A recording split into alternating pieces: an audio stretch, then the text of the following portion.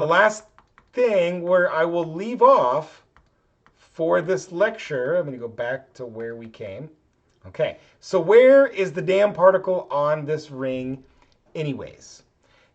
Can we say with arbitrary precision where it is? So we know this is the wave function, 1 over 2 pi e to the IML phi.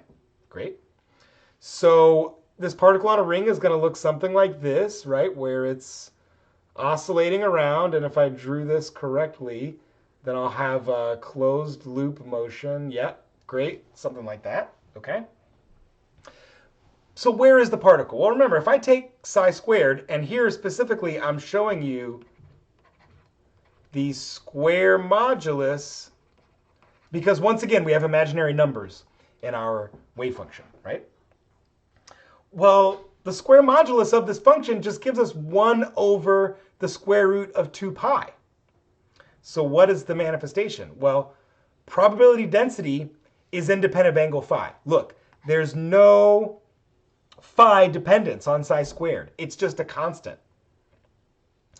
So that means the probability of finding the particle somewhere on the ring is indefinite. It's on the ring, but we don't know where it is on the ring because we didn't get a phi dependence. So the fact that the square modulus is just coming out 1 over square root of 2 pi, it just tells us the particle is somewhere on that ring. Okay? So precise knowledge of the angular momentum will actually eliminate the possibility of precisely knowing where the particle is located. So in other words, now, if instead of trying to figure out where the particle is on the ring, let's suppose instead we really try to precisely know its angular momentum. Okay? Well, if we were to do that, we would then find that angular momentum and angle, so Jz and phi, make a set of complementary observables that are suspect to Heisenberg's uncertainty principle. And we're gonna have to deal with that next. Okay, folks, I'll see you on the next one.